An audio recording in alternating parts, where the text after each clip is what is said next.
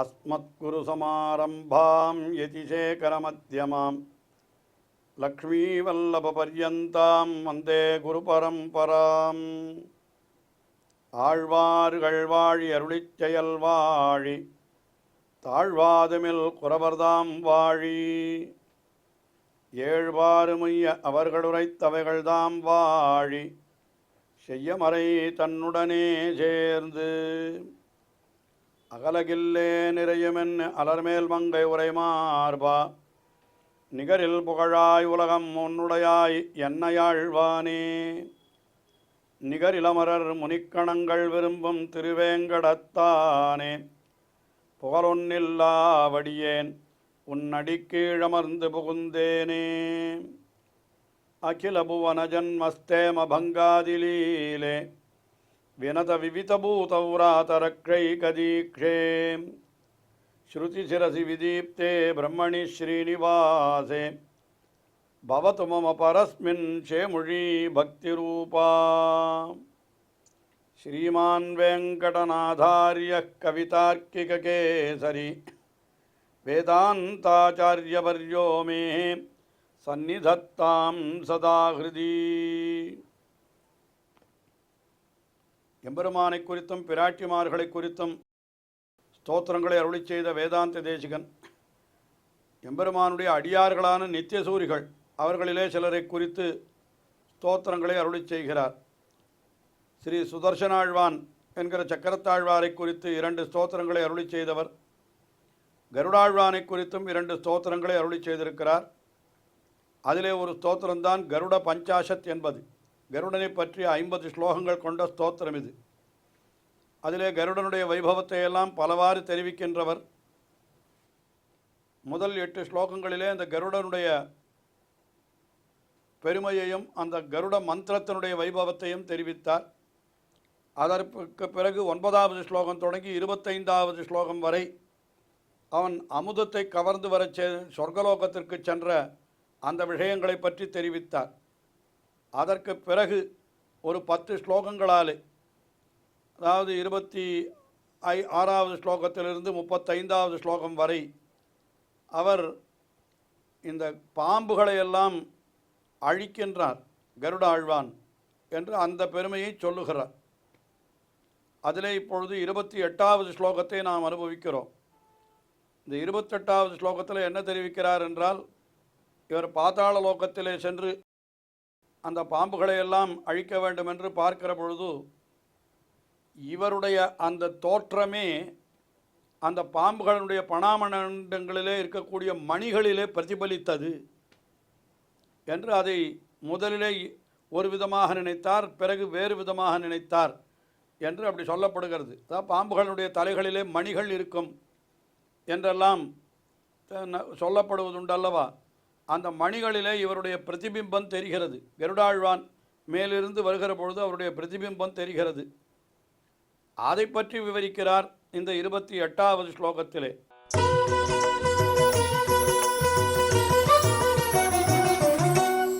ಛಾಯಾ ತಾರ್ಕ್ಷ್ಯಾಣಹೀನಾಂ ಪಣಮಣಿಮುಕುರಶ್ರೇಣಿ ವಿಸ್ಪಷ್ಟಬಿಂಬಾನ್ ತ್ರಾಣಾಪೇಕ್ಷಾ ಧೃತಸ್ವ ಪ್ರತಿಕೃತಿ ಮನಸಾ ವೀಕ್ಷ್ಯ ಜಾತಾನುಕಂಪಃ ತೇಷಾಂ ದೃಷ್ಟ್ವಾ ಅತ ಚೇಷ್ಟಾಃ ಪ್ರತಿಗರುಡಗಣಾಶಂಕಯಾ ತುಂಗರೋಷಃ ಸರ್ಪಾನ್ ದರ್ಪೋದ್ಧತೋ ನಹಾಶಮಯತು ದುರಿತಂ ಸರ್ಪಸಂತಾನಹಂತಾ.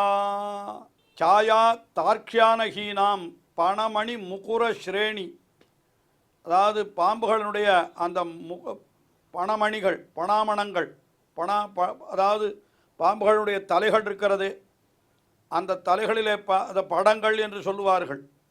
அந்த படங்களிலே அவர்களுக்கெல்லாம் மணிகள் இருக்கின்றன என்று சொல்லுவதுண்டு.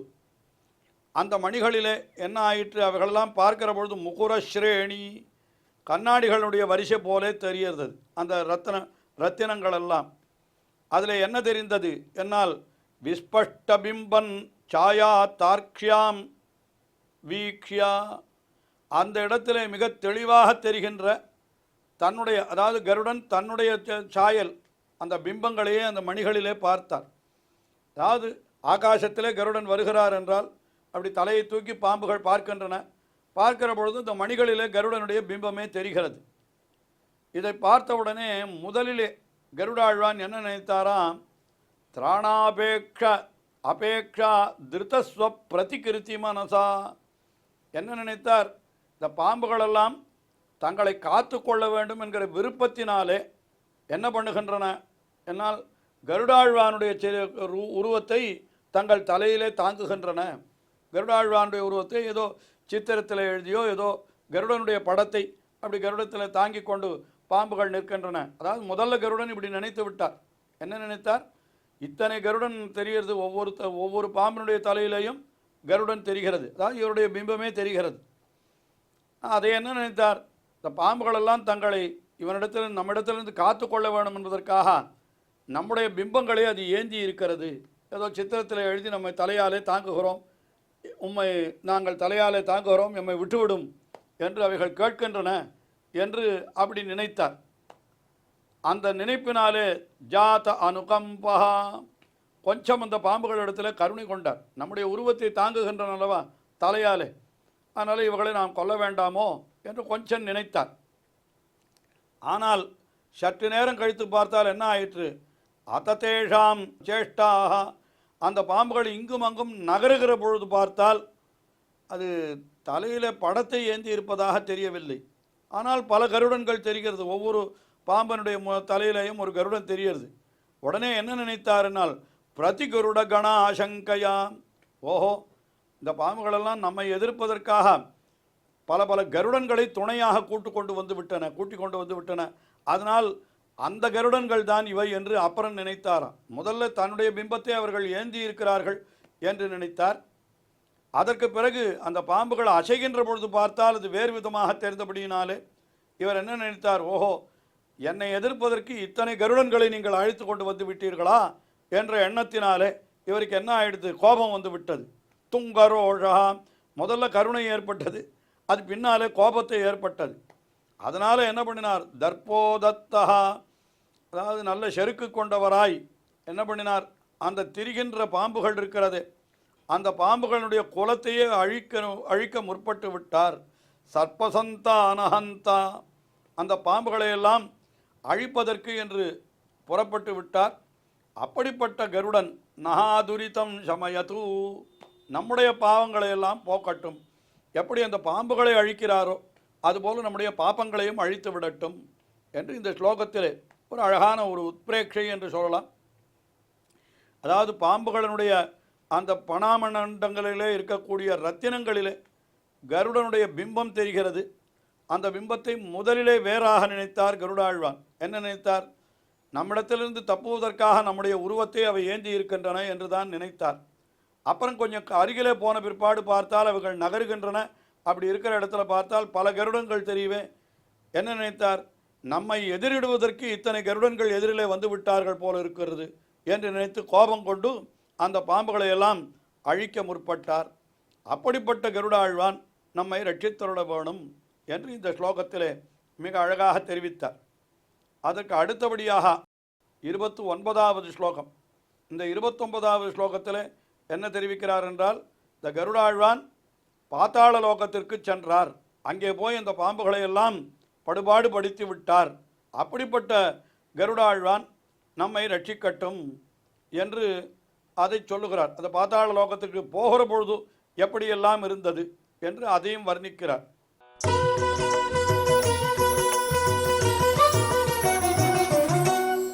உச்வாசாகிருஷ்ட தாராகணகடிதமிருஷா மௌக்திகா கல்பசில்பா பக்ஷவ்யாதூதபானோ நிதிகுஹரகுஹா கர்ப்பதந்தாவகாசா திருஷ்டிம் தம்ஷ்ட்ராக்ரதூதீம் புருதுஷு பணபிருதாம் பிரேஷயன்னுத்தமாங்கேஷு அங்கைரங்கானிருந்தன் அவது பிபஜுஷு பத்ரிணாம் அக்ரணீர்ணா. கருடாழ்வான் பாதாள லோகத்திற்கு நுழைகிற பொழுது பெரிய வேகத்தோடு நுழைகிறார். அப்படி போகிற பொழுது அவர் மூச்சு காற்று அது அப்படியே வேகமாக விடுகின்ற பொழுது அந்த மூச்சு காற்றாலே நட்சத்திர கூட்டங்கள் எல்லாம் அப்படியே இழுக்கப்பட்டு வந்து விட்டனவா. உச்வாசாகிருஷ்ட தாராகண, இவருடைய மூச்சு காற்றினாலே இழுக்கப்பட்ட அந்த தாராகணங்கள் நட்சத்திர கூட்டங்கள் அதெல்லாம் இப்போ எப்படி ஆகிவிட்டது என்னால் இவருக்கு அப்படியே ஒரு முத்துமாலை அணிவித்தது போலே அந்த நட்சத்திர கூட்டங்களெல்லாம் இவரை சுற்றி இருந்தபடியினாலே அது எப்படி இருந்ததுன்னா மிருஷா மௌக்திக ஆகல்பசில்பகா போலி முத்து மாலைகளாலே அலங்கரிக்கப்பட்டவர் போலே அந்த சமயத்தில் இவர் காட்சியளித்தார். அதற்கப்புறம் என்ன செய்தாருன்னால் அந்த கடல் பாதாள லோகம் என்கிறது கடலுக்கும் அடியிலே இருக்கிறது. அந்த வேகமாக சிறகுகளை அடித்து கொண்ட பொழுது பக்கவியாதூத பாதோ இது என்ன ஆயிடுத்து அந்த சமயத்தில் அந்த இறக்கைகளை அடித்து கொண்டபடியினாலே அந்த கடலிலே பெரிய ஒரு சுழி ஏற்பட்டது. அது நடுவில் பார்த்தா ஒரு பெரிய துளை மாதிரி தெரிந்தது. அது அந்த துளை உள்ளே போனால் பாதாள லோகம் பாதாள லோகத்துக்கு போகிறதுக்கு அதுவே வழி பண்ணி கொடுத்ததுன்ற அந்த இடத்துல அப்படி போகிற பொழுது அங்கே என்ன ஆச்சு பணபிரதாம் பிருதுஷு உத்தமாங்கேஷு தம்ஷ்ட்ராக்ர அங்கே இருக்கக்கூடிய பெரிய பெரிய பாம்புகள் அந்த பாம்புகளினுடைய தலையிலே தம்முடைய தம்ஷ்ட்ராக்ரம் கோரைப்பற்களுடைய நுனிகளெல்லாம் அதை போய் பதியும் போகிறது என்கிறதை அது முன்னமே தெரிவித்தது என்கிறார். அந்த காற்று என்ன இவர் தன் திருக்கண்களாலே பார்க்கிறார் கீழே என்ன இருக்கிறது என்று.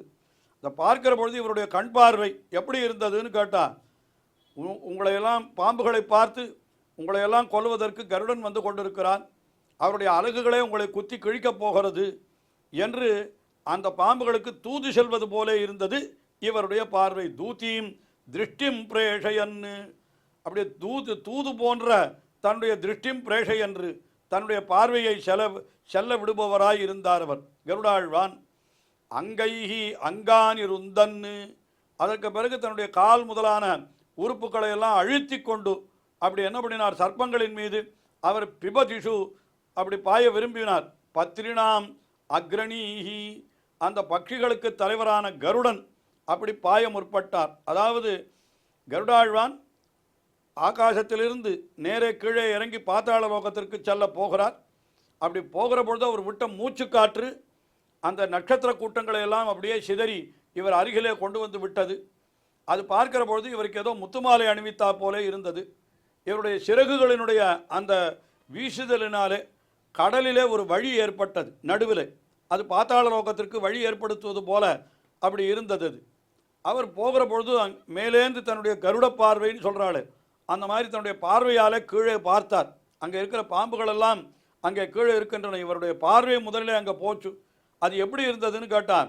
பின்னாலே கருடன் வந்து கொண்டிருக்கிறார், உங்களை எல்லாம் தன்னுடைய நகங்களாலே பிளவுபடுத்த போகிறார், உங்களை அழிக்கப் போகிறார் என்று அந்த பாம்புகளுக்கு தூது செல்வது போல இவருடைய பார்வை இருந்தது. அப்படிப்பட்ட பெருமையுடையவரான கருடாழ்வான் நம்மை காத்தருள வேணும் என்று இந்த ஸ்லோகத்திலே சொல்லுகிறார். அந்த கருடாழ்வான் எப்படின்னா அங்கானி ருந்தன்னு தன்னுடைய கால்கள் முதலானவற்றை அழுத்தி கொண்டு சிறகு அலகு முதலிய உறுப்புகளால் கால்கள் முதலானவற்றை அழுத்தி கொண்டு அப்படி கீழே பாய்கிறார் என்று சொல்லுகிறது. அப்படிப்பட்ட கருடாழ்வான் நம்மை ரட்சிக்கட்டும் என்று இந்த ஸ்லோகத்திலே தெரிவிக்கிறார். இன்னும் கருடாழ்வானுடைய பெருமையை பல ஸ்லோகங்களிலே அனுபவிக்கிறார் வேதாந்த தேசிகன். தொடர்ந்து அனுபவிப்போம். ஸ்ரீயக்காந்தாய கல்யாண நிதயேர்த்தினாம் ஸ்ரீவேங்கட நிவாசாய ஸ்ரீனிவாசாய மங்களம். ஸ்ரீமத் சுந்தரஜாமாதர் முனிமானசவாசினே சர்வலோக நிவாசாய ஸ்ரீனிவாசாய மங்களம்.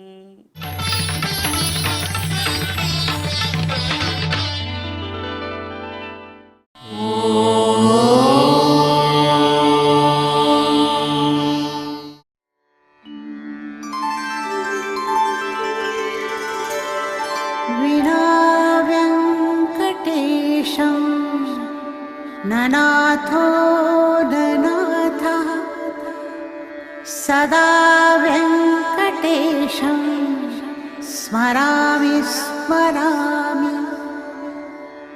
हरे वेङ्कटेश प्रसीद प्रसीद. प्रियं वेङ्कटेश प्रयच्छ प्रयच्छ.